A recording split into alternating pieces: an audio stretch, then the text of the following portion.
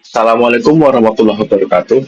Selamat siang, perkenalkan nama saya Prima Ferry Resadana dengan nomor 11 2014 dari kelas pemrograman sisi server 4701. Jadi saya di sini akan menjelaskan tentang API yang telah saya buat untuk LMS ya.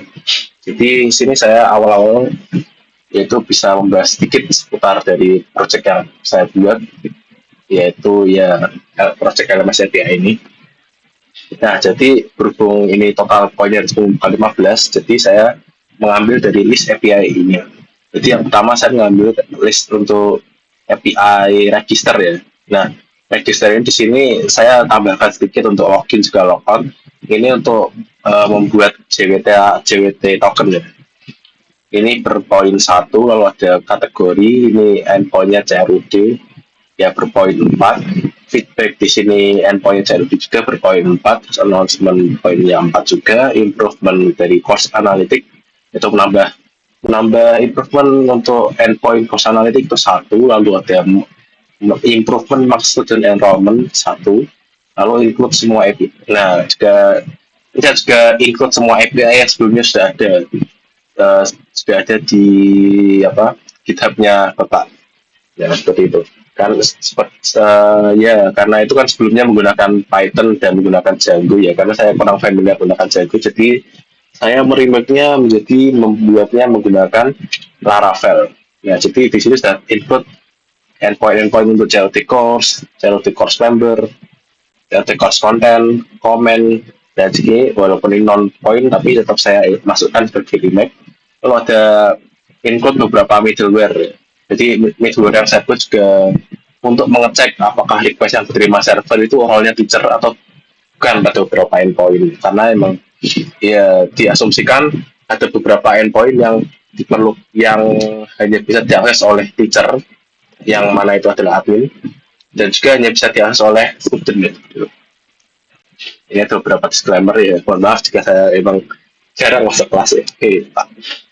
Nah, ini teknologi stacknya saya menggunakan Laravel sebagai frameworknya, lalu ada MySQL untuk DBMS, untuk database-nya, DBMS-nya, lalu ada saya menggunakan Nginx sebagai web servernya, dan juga Docker sebagai container platformnya.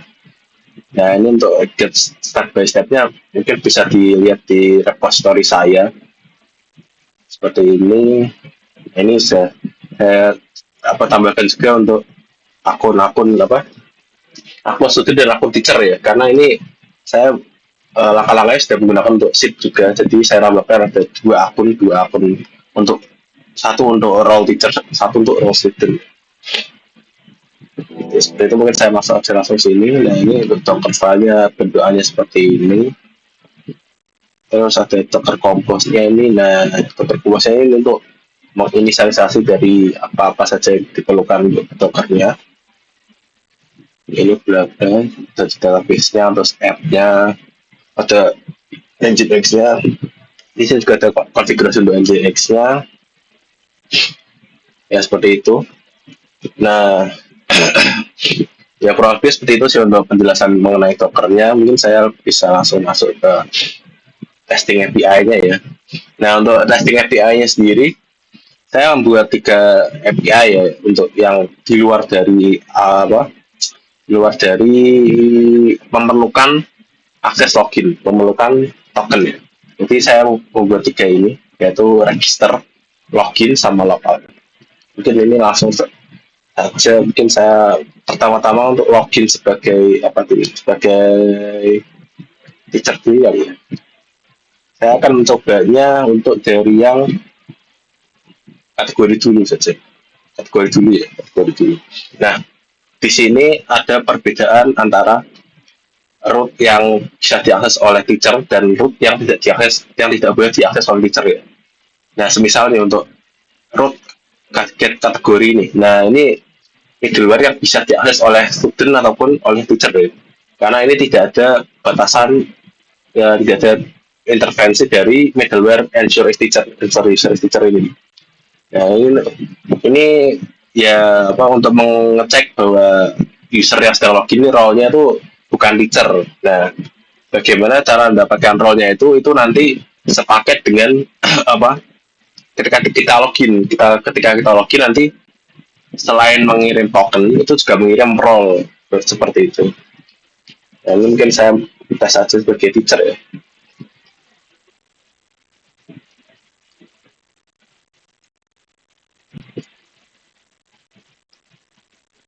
Nah, untuk loginnya ini yang sebagai apa,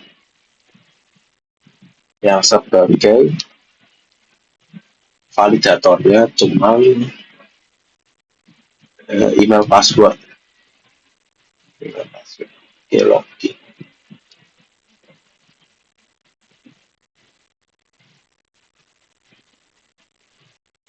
Nah, di sini kan hasilnya ada berhasil nih. Nah, di sini menghasilkan ini ada array, ada user dan menghasilkan juga token ini. Nah, ini tokennya ini bisa ditempelkan di apa, di header sini sebagai authorization. Di sini gunanya sebagai untuk membaca token dan bisa mengakses endpoint-endpoint lainnya seperti itu. Misalkan kita contoh mau nge-get, nah, mau get kategori berarti tadi kita get dulu kategori tulis ya, tulis ya.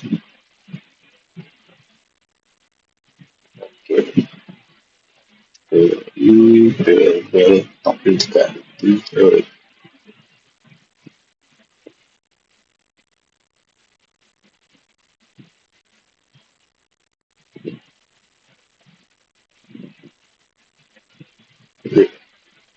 nah, misalnya kategori ini untuk meng-get sebuah kategori. Nah, di sini ada kategori biasa diambil. Nah, kategori di sini itu untuk kategori setiap course-nya. Jadi course-course yang telah dibuat itu memiliki kategori-kategori per course-nya. Jadi semisal nih course Python, course HTML. Nah, itu kategorinya nanti masuk ke kategori pemrograman seperti itu. Terus ini saya misal contohkan untuk post ya, untuk post kategori. Kategori apa aja? Name, name aja.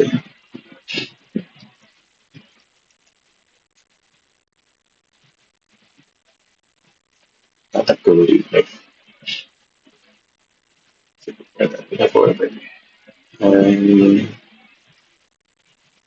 Name buat teacher IT. Teacher IT bisa name name pemrograman seperti itu.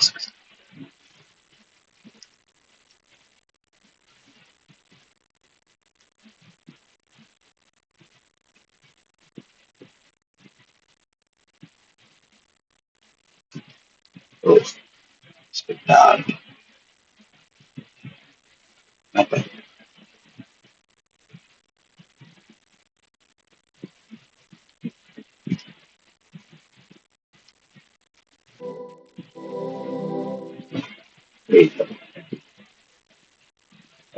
Lanjut lagi. Nanti seperti ada sedikit kesalahan. Nah, ini sudah berhasil untuk meng-post kategori ya. Nah, itu cara ID-nya. Nah, tapi kesalahan saya adalah feature ID-nya saya juga saya masukkan sebagai validator. Sedangkan untuk feature ID seharusnya ini kan sebuah sebuah foreign key ya, foreign key untuk mengambil dari user ID. User ID yang sedang login, yang sedang membuat seperti itu. Nah, berhubung yang sedang membuat itu hanya teacher, maka dinamai teacher ID seperti itu. Terus saya ingin mencoba untuk yang mendelete. Mendelete itu berarti harus ganti dulu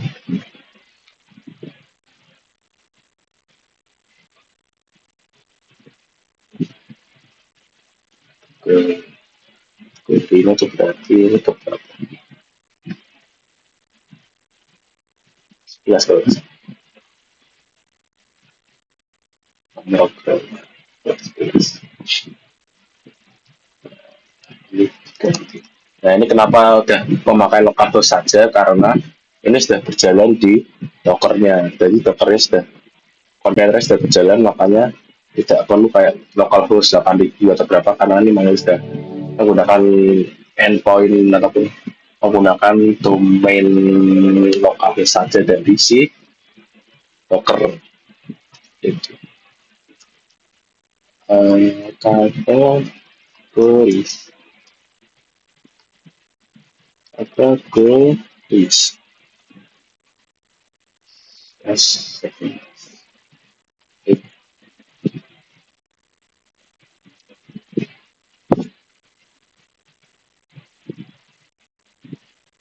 Nah, ini kategori berhasil dihapus.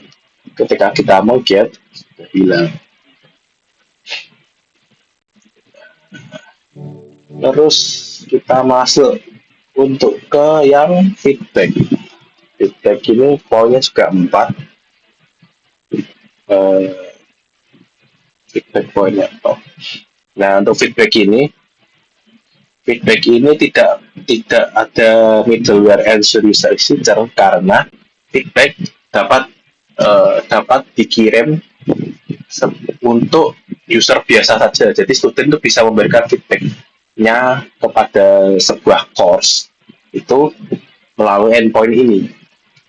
Nah, tentu saja tentu saja seorang user tuh bisa melihat feedback dari orang lain, makanya ini untuk getnya juga tidak ada middleware and user exchanger. Lalu juga untuk misal dia ingin menghapus punyanya dia sendiri, maka ya ini juga bisa memiliki akses untuk menghapusnya seperti itu. Nah, selain itu dia itu tidak bisa menghapus feedbacknya orang lain. Kenapa? Karena ini, jika feedback student ID-nya itu tidak, jika student ID yang tersimpan di dalam sebuah feedback itu nggak cocok sama ID-nya si user yang sedang ingin menghapus, maka akan menghasilkan message unauthorized seperti itu. Coba kita masuk saja. Kita buat get dulu ya. Get feedback course feedback. Get dulu ya. Course ID, misal kita ingin untuk course ke berapa ya. Kita lihat dulu deh, ini course-nya ada berapa dan course-nya apa aja. Nah, ini course-nya ada 10 kalau nggak salah. Ya, course ada 10. Mungkin saya ingin melihat feedbacknya course yang pertama. Nah, berhubung ini sedang bahas course, jadi tadi saya menambah endpoint untuk course analytic. Nah, itu course analytic itu bisa melihat analisis berapa jumlah member setiap course-nya itu, kontennya ada berapa, dan lain-lainnya itu, tapi nanti di akhir saja. Ini saya bahas nge-get dulu untuk course itu tadi.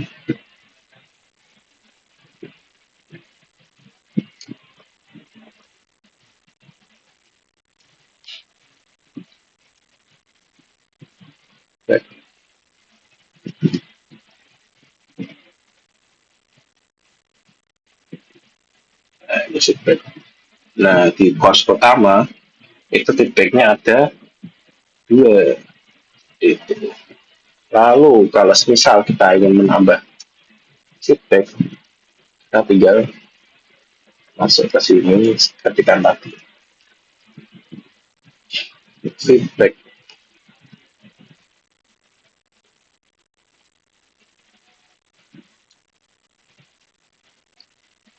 ID-nya 1. Nah, untuk feedback ini bodinya apa saja? Saya sedikit lupa, saya lihat dulu. Konten saja ya. Ya, konten aja. Kontennya berarti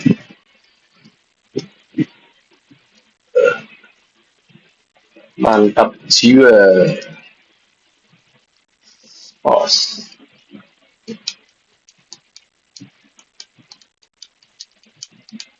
Nah, ini feedback added successfully. Nah, ini course idea satu, student idea 21 diambil dari ID-nya yang membuat. Lalu kita coba untuk API-nya put atau mengupdate. Jadi kita kopas dulu. Feedback. Oh, nggak perlu. Ini feedback ke berapa nanti? Feedback ketiga. Ke berapa? ID 11. Oh, 11. Feedback 11. Nah, feedback 11 ini berarti put feedback slash feedback ID.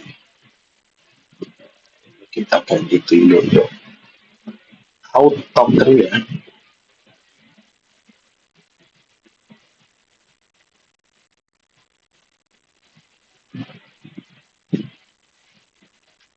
Nah, terus kita lihat bodinya tadi itu bodinya konten aja ya.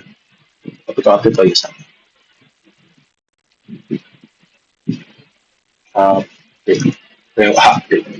Maksudnya konten. Feedback konten. Feedback update saja. Terus tinggal di post saja.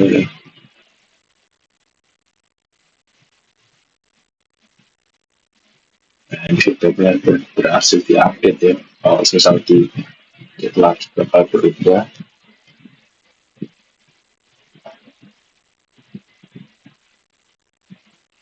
Feedback update. Lalu untuk menghapusnya, nah menghapusnya di sini kita akan mencoba untuk misal orang lain menghapus nih apakah bisa? Nah, menarik untuk dicoba. Terus pertama-tama ini kita bikin ganti endpointnya, terus kita login sebagai orang lain. Akun satunya lagi saya yaitu agus@gmail.com.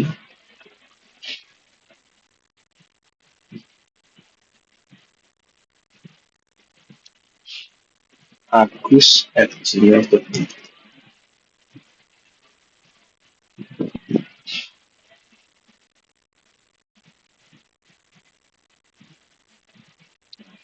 Ini ada password.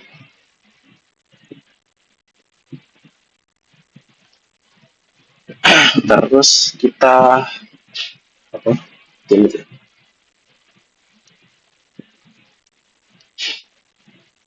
Nah, misal nih, tadi kan yang membuatkan adalah si Primaveri. Kalau misal Agus nih mau delete, apakah bisa? Nah, ini unauthorized. Karena tadi dicegat di controllernya seperti ini, controller si feedback tadi. Nah, ini jika student ID-nya tidak sama, maka akan ditolak di unauthorized seperti itu. Kalau semisal yang delete itu orang yang sama, maka ya bisa bisa saya coba buktikan lagi.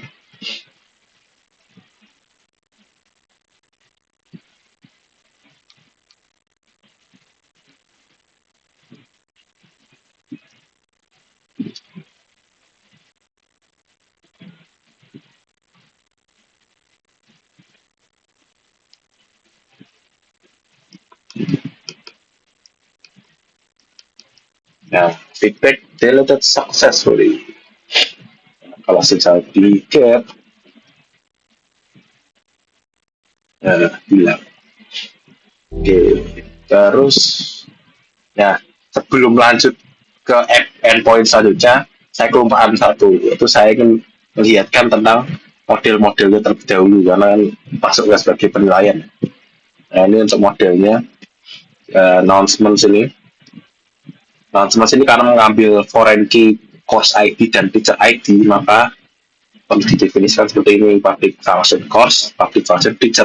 Ini belongs to dari course ID, ID-nya si course, dan ini belongs to untuk user teacher, ya teacher ID seperti itu. Karena ini yang bisa membuat adalah teacher, maka disebutnya teacher ID seperti itu. Di sini sudah pasti ada middleware-nya. Nah, ini untuk kategori ini karena mengambil user ya, mengambil name dari si user, maka ini perlu diambil value juga untuk dari user, lalu juga teacher ID course ID kan, course ID ya, saya lupa.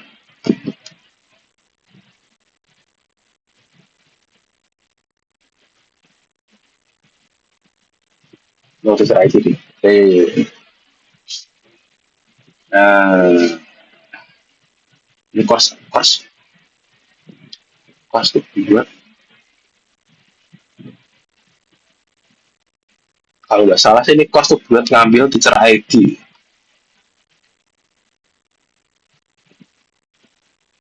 Ya juga lupa sendiri. Oh, enggak.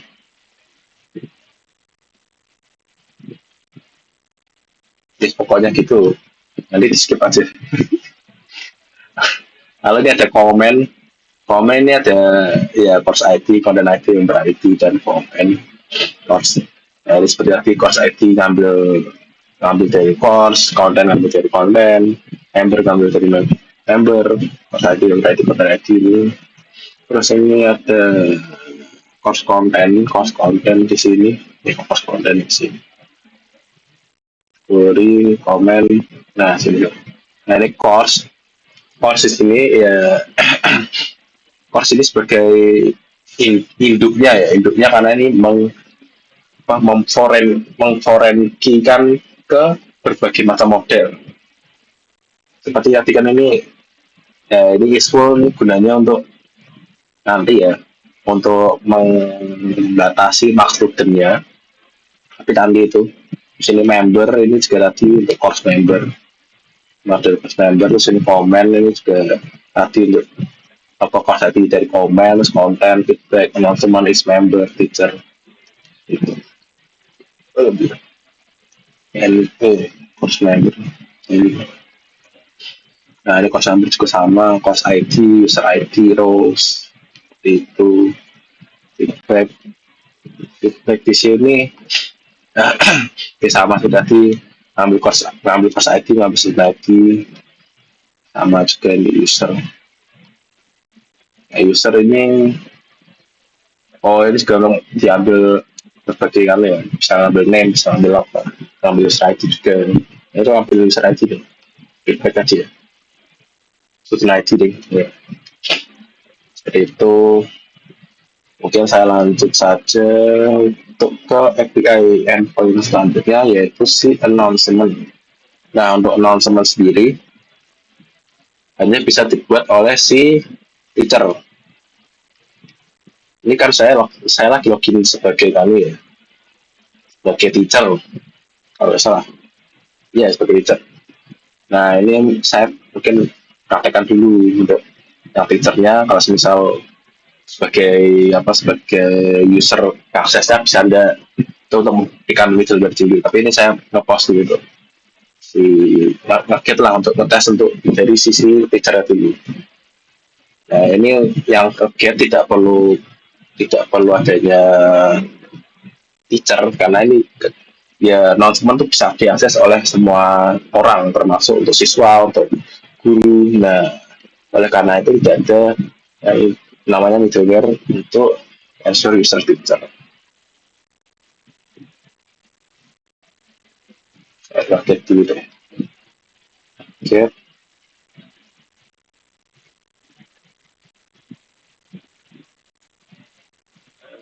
course lagi announcement. Jadi ini announcementnya tuh per course-nya ya.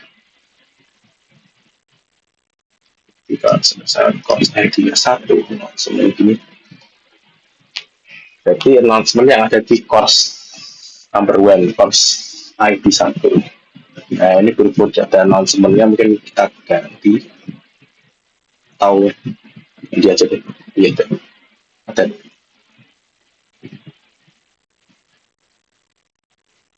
Oh iya ada. Saya udah. Kalau seperti itu kita masuk dulu ke analitik dulu deh.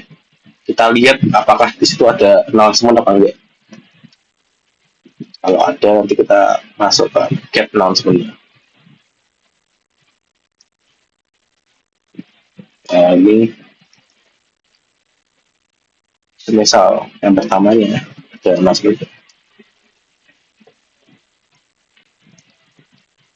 Oh nggak ada, nggak saya masukkan sebagai announcement nanti di cut aja. Kembali lagi. Ternyata belum ada announcement semuanya karena emang saya lupa untuk nge-shifter. Ya, kita bikin dulu deh. Course itu announcement satu. Ya kita misal nih untuk course course satu deh announcement. Jangan lupa dimasukkan sebagai header. Announcement itu berarti apa? Saya lupa. Title, content, announcement. Title yang figur, kontennya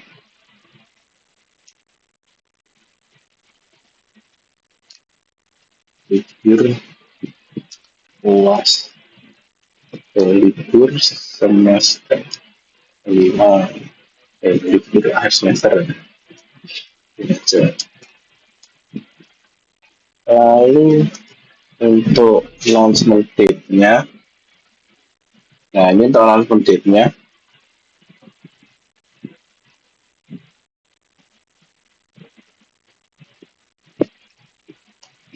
announcement date-nya ini ada formatnya, jadi formatnya itu YMT HIS, jadi 2025 kosong kosong strip strip T berapa misalnya 15 gitu, hour 14.30 HIS itu gini ya, gini sorry,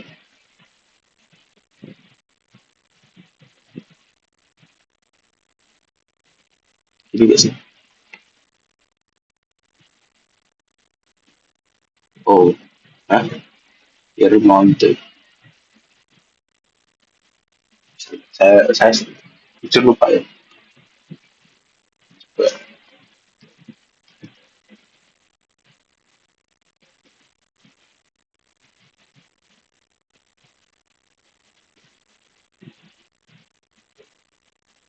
Oh, bukan gini berarti. Gimana ya? Oke, kembali lagi. Kayaknya sih seperti ini.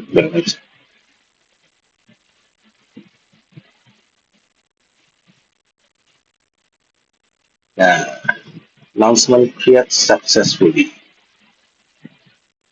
Coba ini kita login untuk datanya. Jadi apa? Kos ini ya. Mana kan? Yes.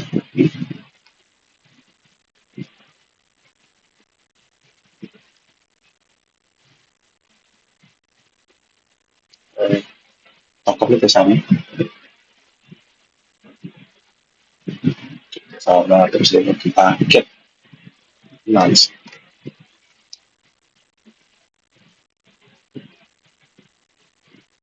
Nah, bisa muncul kan ini announcement retrieve successfully. Terus kita coba untuk ganti untuk update nih. Jadi ini announcement satu lagi. Oh ya, ini aja. Website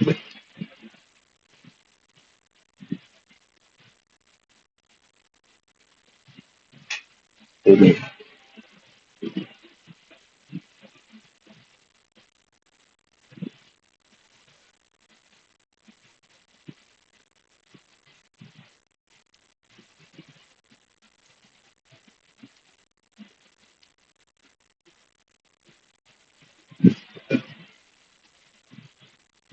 Terus kita ganti jadi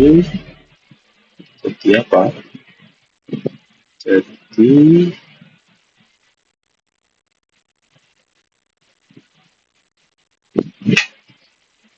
data konteks ya.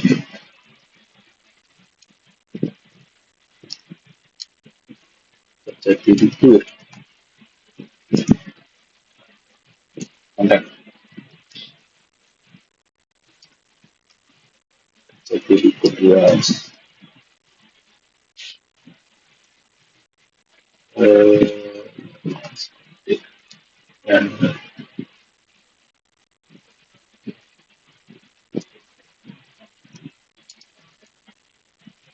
level bagus sekali. Saya kira 14 ya. Apa saja.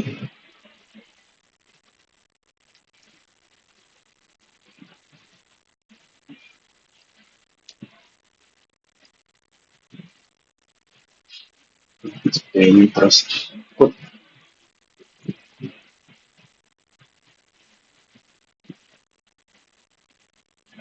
seperti ini. Oke, terus kita coba hapus.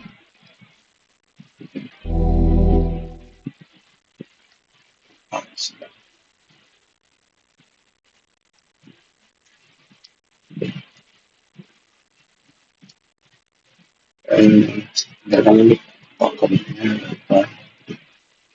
Oke, hapus.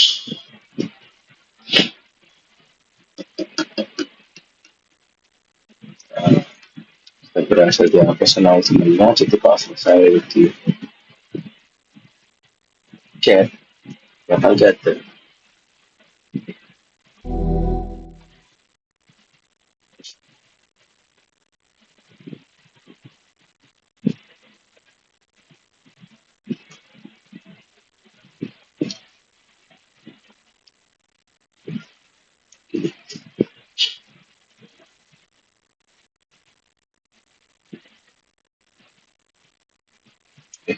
Langsung.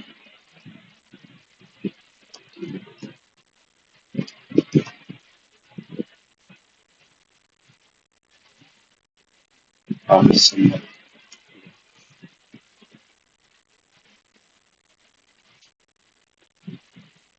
Saya kosong. Nah, selanjutnya tadi saya membuatnya ada lagi. Saya membuatnya yaitu cost analytic.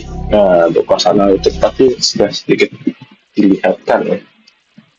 Jadi cost analytic itu dipergunakan untuk mendapatkan analisa dari setiap course-nya. Misal tadi saya ingin melihat course pertama ya.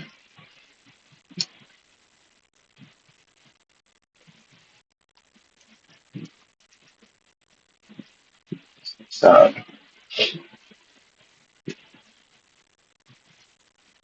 kok gini sih? Salah. Oh iya, tableting ya itu.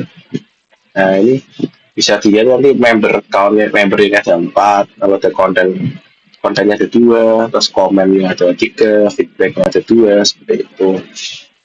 Nah yang terakhir, yang terakhir itu maksud student enrollment. Jadi maksud enrollment tuh kayak kita memberi batasan ketika mungkin ketika usernya sudah mendaftar pada sebuah course atau course itu sudah penuh, maka akan mengembalikan sebuah message seperti itu. Nah, ini saya sedikit bahas dulu di sini untuk kontrolnya. Dan di sini kontrolnya di sini ya. Ketika misal sudah ada enrollment bagi si user, maka akan memberikan message you are already enrolled in this course. Dan jika course sudah full, milik full tadi didapatkan dari model tadi kalau ada ingat. Terus ini course already full seperti itu. Nah, untuk ngeceknya, nah ini semisal course pertama nih yang beri ada 4. Coba saya kecilkan dulu untuk course-nya.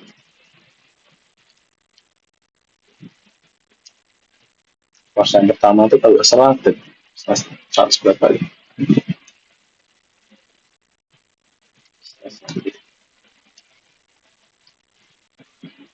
Nah ini maksudnya ada 139, coba kita ubah jadi 4 ya. Berarti kan kalau 4 udah full tuh, tidak bisa menambah lagi.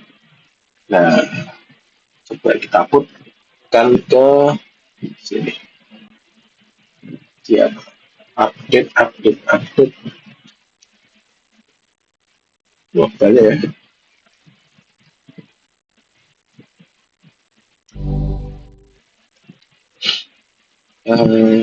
Course tuh, saya pilih satu, terus ini kita masukkan ini description. Nah, masukkan yang sekiranya kita bisa masukkan saja, misal kayak ini apa course-nya dia.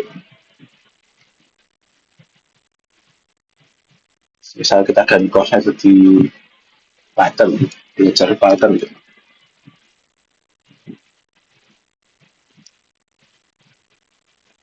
Perlu nggak ya? Kita bisa.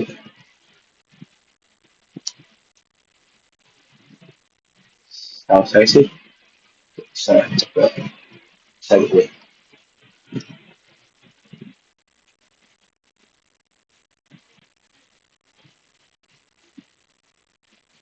bisa beri semuanya.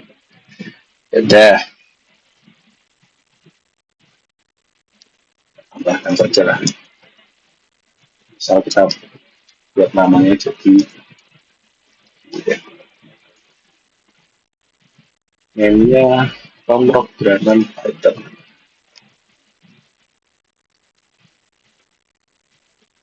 Terus URL-nya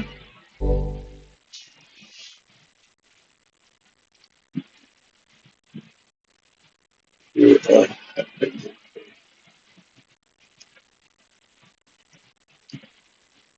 5 seperti itu. Terus apa lagi? Description ya,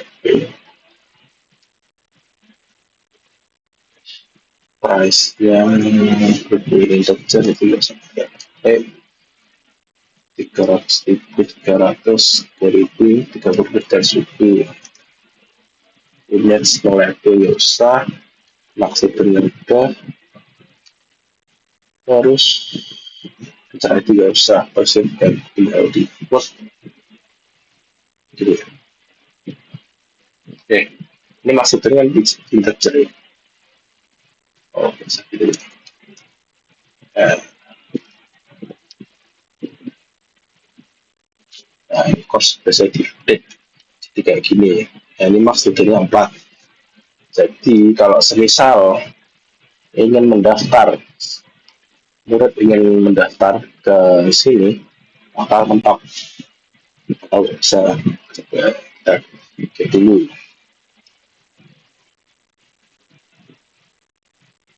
Nah, ini sudah maksudnya jadi 4 kan.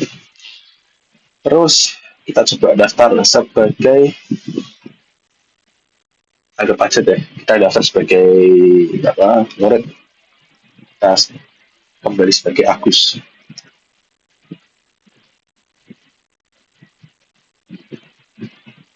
Gus Wadri. Oke.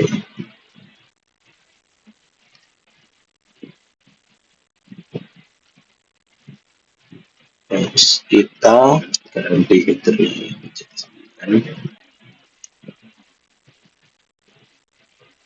Eh, berarti ini ngepost enroll lagi.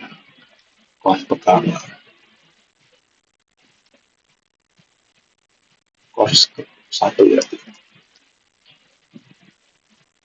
satu enroll.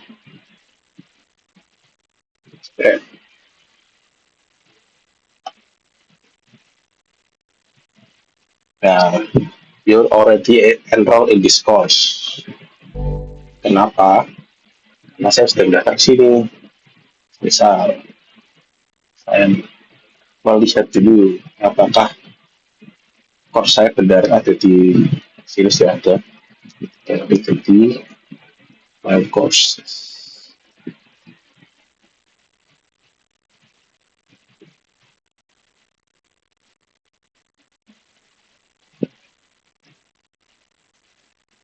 Proses ini.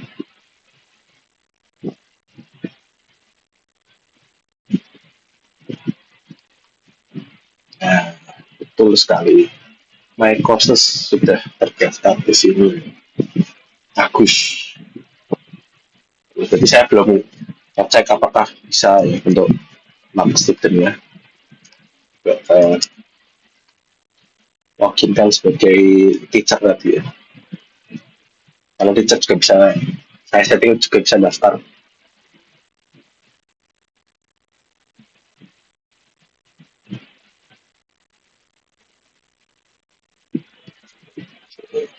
Terus kita pastikan dulu ini si teacher apakah sudah memiliki course atau belum. Kan kalau bisa lucu ya, garing nanti.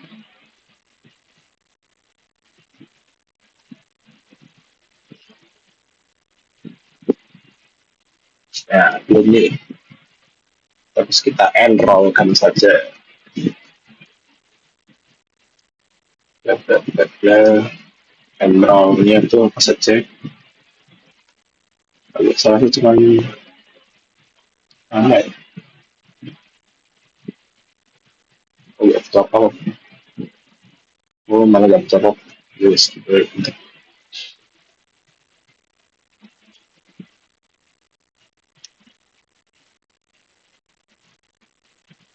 Ya, course is already full karena tadi maksudnya 4. Nah, seperti itu saja kurang lebihnya saya maaf. Saya tidak bisa menjelaskan semua endpoint yang sudah saya remake karena itu banyak sekali. Jadi ya saya hanya menjelaskan yang sekiranya dapat poin saja. Tapi kalau Bapak penasaran dengan endpoint-endpoint lainnya yang sudah saya buat, mungkin Bapak bisa langsung saja mendownload melalui GitHub saya. Nanti GitHub saya bakal saya sertakan di kolom deskripsi ya. Oke, mungkin sekian saja penjelasan mengenai API yang saya buat. Apabila saya buat kesalahan kata maupun kesalahan yang disengaja maupun tidak sengaja, dan kalau bila ada kesalahan juga nanti beberapa cut-cut, ya mohon maaf karena saya manusia, ada kesalahan juga. Oke, terima kasih. Wassalamualaikum warahmatullahi wabarakatuh.